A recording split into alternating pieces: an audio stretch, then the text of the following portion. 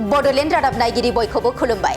कक्राझार सहरनि पाथर घाटआव 2 कौटि रांनि लुफुंजानो गोनां ट्राइबेल रेस्ट हाउसनि खुन्थिया गायसनदों कक्राझार जिल्ला ट्राइबेल संघआ। आसाम सरकारनि डाइरेक्टरेट अफ ट्राइबेल एफेयार्सनि गेजेरजों कक्राझार जिल्लायाव मोनफुंनो हानाय 2 कौटि रांनि ट्राइबेल रेस्ट हाउसखौ लुफुंनायनि थांखिजों ट्राइबेल रेस्ट हाउसनि गाहाय खुन्थियाखौ दिनै गायसननाय जायो। दिनै फुंबिलि समावनो मोनसे जर'खा हाबाफारिनि गेजेरजों ट्राइबेल रेस्ट हाउसनि गाहाय खुन्थियाखौ गायसननानै होयो 30 नं सानजा कक्राझार विधानसभा बियाबनि एमएलए लरेन्स इस्लारिया। दिनैनि बे गाहाय खुन्थिया गायसननाय हाबाफारियाव कक्राझार जिल्ला ट्राइबेल संघनि आफादगिरि अनिल चन्द्र औवारी, गाहाय नेहाथारि समजित बसुमतारीजों लोगोसे गुबुन गुबुन बिबाननि बिबानगिरिफोराबो बाहागो लायो। हाबाफारिनि सोमोन्दै एमएलए लरेन्स इस्लारि आरो कक्राझार जिल्ला ट्राइबेल संघनि आफादगिरि अनिल चन्द्र औवारीया मा बुंदों आबुङै नैबे भिडिअनि गेजेरजों मिथिनानै लाबावदो। गुबुन गुबुन जिल्लायाव जेरैबायदि ट्राइबेल रेस्ट हाउस होदों थिग बेबायदिनो कक्राझारावबो दिनै जों ट्राइबेल रेस्ट हाउस मोननो हाबाय 2 कौटि रांनि। जोङो मिजिंथियो मानोना कक्राझारा दायो बिटिसिनि केपिटेल जाबाय आरो बिनि सिमाया दायो गहपुरसिम थांबाय। गतिके गहपुरनिफ्राय जुदि कक्राझाराव बिटिसियाव जुदि खामानि मावनो फैयोबा बा उदालगुरिनिफ्राय बा बाक्सानिफ्राय अब्ला बे मानसिफ्रा थानो थाखाय हटेल नागिरनो गोनां जायो। सोरबाया हटेलाव थानो हायो, सोरबाया हाया। दा बे हिसाबै ट्राइबेल जे रेस्ट हाउस बेवहायबो थानो हागोन, थानायनि सुबिदा जिहेतु थागोन। जेरै जों गुवाहाटियाव थाङोबा पल्टन बाजाराव थानाय ट्राइबेल रेस्ट हाउसआवनो थानानै जोंनि ट्राइबेल मानसिफ्रा गुवाहाटिनि दिसपुरनि खामानिफोरखौ मावनानै फैयो। बा बेवहाय थाङोबा गावजों गाव सिनायलायनाय फैयो बा गावनि मानसिफ्रा मदद होयो। सोरबा रोङाबा सोरबा मेडिकेलाव ट्रिटमेन्ट लानो थाङो गुवाहाटियाव, सोरबा दिसपुरनि खामानियाव, अब्ला बेयाव थानाय जायफोर दैदेनगिरिफोर बिथांमोना मदद खालामो। थिग बेबायदिनो कक्राझारनि जिथु रेस्ट हाउस जागोन बे रेस्ट हाउसआबो गुबुन गुबुन मानसिफोरखौ सहाय होनोबो हागोन। बेखौ जोङो मिजिंथिदों। जेखि जाया मानो बावहाय जोंहा कक्राझाराव ट्राइबेल संघनि खुनु हा हु गैयैनि थाखाय जोङो बेखौबो जोङो सुजुगखौ लानो हायाखैमोन। नाथाय दिनै बिटिसि सरकारा बिथांमोननो हा एलटमेन्ट होबाय आरो बे हा एलटमेन्ट मोननायावनो दायो बे न'खौ लुफुंनो नागिरदों। बेनिखायनो जों मिजिंथियो जे बे ट्राइबेल संघआ मोननाय जिथु ट्राइबेल रेस्ट हाउस बेखौ जाने आबुं मोनसे महर होयो बा बेखौ जोथोन लानो हायो। मानोना बेबायदि गोबां बाथ्राफोर ओंखारो जे न'आ मोनो खिन्थु मेनटेनेन्स खालामा।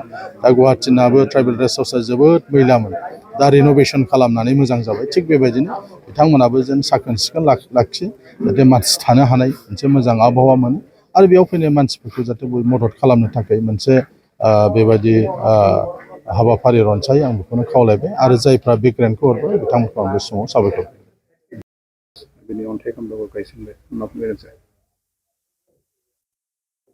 दिनै जों बेवहाय ज' जानानै जोंनि एमएलए सारखौ लिंहरनानै जोंनि बे अन्थाइ खाम्फा बेखेवनाय आरो न' खुन्थिया गायसननायाव मोनफुंनायखाय जों जोबोद खुसि।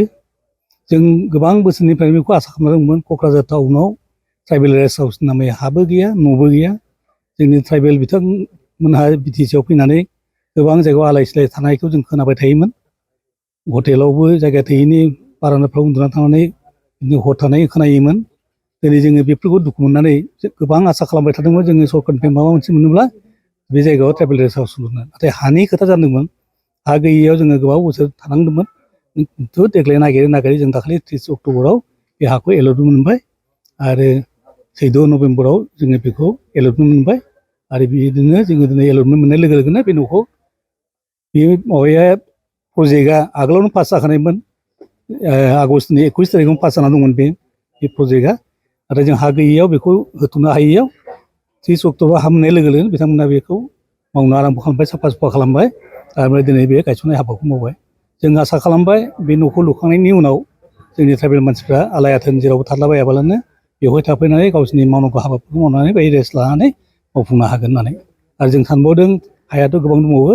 जोंनि ट्राइबेल मानसिनि थाखाय बे जोङो हौवासा गथ'फोरनि थाखाय हस्टेल लुनानै होनो, जाहाथे जोंनि इउनिभारसिटियाव फरायनो फैनाय दाथ' क'क्राझाराव 6-7खानसो कलेज दङ, बेफोराव फरायनो फैनाय गथ'फ्रा न' भारायाव थायाब्लानो बेफोराव थानानैबाबो हस्टेलाव थानानै फरायनो सुबिदा मोनो। बे आसाखौ जोङो लादों आरो जों मोनथिथारगौ सेन्ट्रेल गभर्नमेन्टनि बे फान्ड फैनाया दानि बे जों हस्टेल लुनो नागिरनायखौबो हरथारगोन होननानै जोंहा मोनसे बिसास दङ।